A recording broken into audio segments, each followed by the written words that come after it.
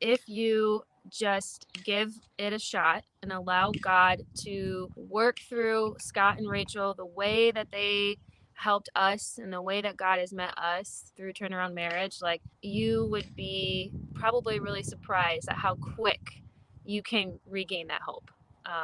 It happened very fast. Just like Colin said, it was almost instant. It was like Scott and Rachel just gave us the tools, right? Like, we are a Christian couple. We have read our Bible. Like, we do go to church. Like, we have a lot of tools for marriage in that sense.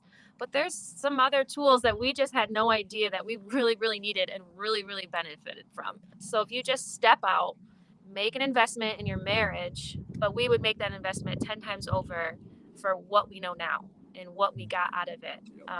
Yes, where we definitely there's a lot more joy in our home, and I recognize it just with how we interact. There's a lot more laughter. I know that my kids are recognizing that as well, because they are responding positively. It's possible to turn it around in a short time. I mean, I felt it within a week, right? And now, don't get me wrong, throughout the process, right, there was times when we had fights, and you guys got to hear some of those messages. But we still had disagreements, and we would not agree on the right way, on a way to handle a situation. But I felt like we just wouldn't even talk about it. Like, boom, it's done.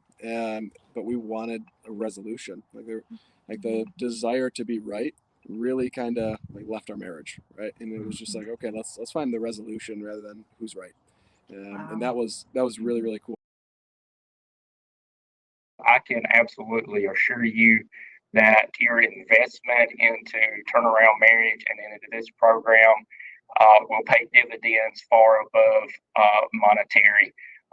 It will be the best investment that you could have ever made in yourself and within your marriage. And if your spouse is not along with you, it will be the best gift that you can ever give them to change yourself and to become the person that they're actually looking for in life. There is a program that is available through Scott and Rachel with Turnaround Marriage that actually teaches you how to change yourself. And as you change yourself, you will begin to see changes of the way that other people react to you. It was like a wall between us trying to communicate with each other. I wasn't speaking her language, and she definitely wasn't speaking my language. Yeah. And respect, there was a lack of respect there that along with all of this is hurt. We both were hurting.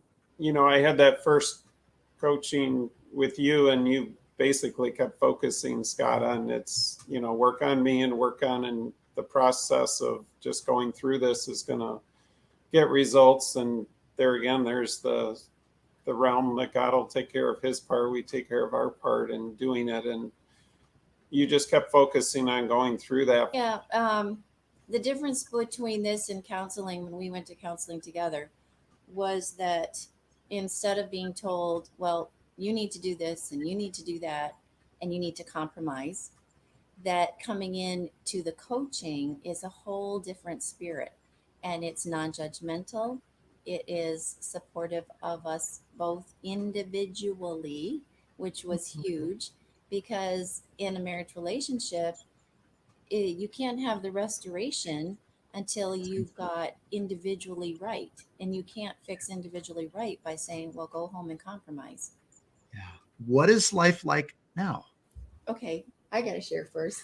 We were talking about something the other day, and I was the one who was asking the questions, thinking that I might be hurt by the answers because we're communicating now, and it's really good. And Bert ended up giving me a big hug to comfort me when it would never have been like that before. I felt like there was well, for both of y'all straightened me up a lot, and it took some humble pie and some good pills to swallow. But I'm not prideful. I'm not too prideful to say that I needed you in my life when you were there, and you've helped me get through a whole lot more. So I'm so thankful for you guys. Oh, we are beautiful. Thankful for you. Yeah, Thank we you are. guys. But what I was so grateful for was, and when I talk to people all the time about when you need to get some help, some sort of a counseling or something, you need to make sure that it is Christian based, because the world is going to tell you something very different. Yeah. Yes.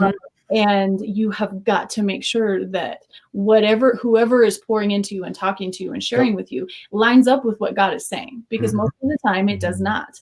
And it makes sense. The world stuff makes sense, And so when we started diving into this stuff, and I realized how biblical based it was, I was just like, okay, this is exactly what everybody needs to be doing. Yeah. If you consider yourself a Christian and you want to live a life that is honoring to God, and you want your marriage and your own personal life, and that's important to you, this is the kind of thing you should be doing. Yeah. Because this is not just let us work on you and it is here's stuff that you need to work on with yourself, and this is what the Bible says, and this is what God says.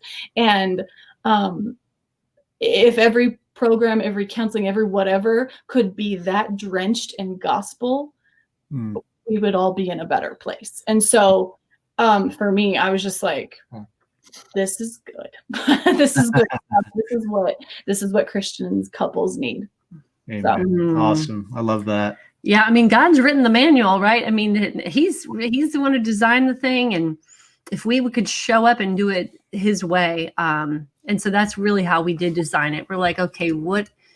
Yeah. So thank you for saying that, because that's exactly what we were going for, because God is so good to show us the way. And when we can own our sin and we can show up the way he's called us to, in our highest identity, the one that he's redeemed, it's like, how can your marriage, you can't stay stuck. You can't. I mean, you literally can't. It's true. So do you guys remember maybe like the first thing that Scott had you do? It was the 10 reasons to fight for your marriage. And that actually, I think that's what actually spurred our son on to actually have a serious conversation with us, is because he saw those lists in our bathroom, and he was terrified. I feel like God is answering, and he divinely provided this program. Step one, just recognizing not only your own identity, but your spouse as beloved and valued in Christ is huge. So I think one of the last, I think, group sessions that we were part of, I had this necklace on. I'm going to show you. Yeah. So we love that we come to the table with celebrations in this program. Okay, there it is. Beautiful. And so I'm not one who, like, I appreciate gifts, but I don't really need them often. So when they do come and it's something, that is special from my husband's heart to me, I truly value it. And this is a beautiful, I'm sure, worth quite a bit, necklace. And I came to that last group session and I broke it right before the session. And I was able to share with everybody on there, look at this beautiful necklace that my husband gave me, and I'm celebrating what God has done in our marriage. And here we're at the end of our program, ready to graduate. And I have this beautiful gift to show, and it's broken. And I shared with the group that this is what God is trying to show each of us in our marriages. Just because this necklace had broken, it doesn't mean you discard it. It doesn't mean it's not valuable. Right. I'm going to take it to the jeweler and I'm going to get it fixed.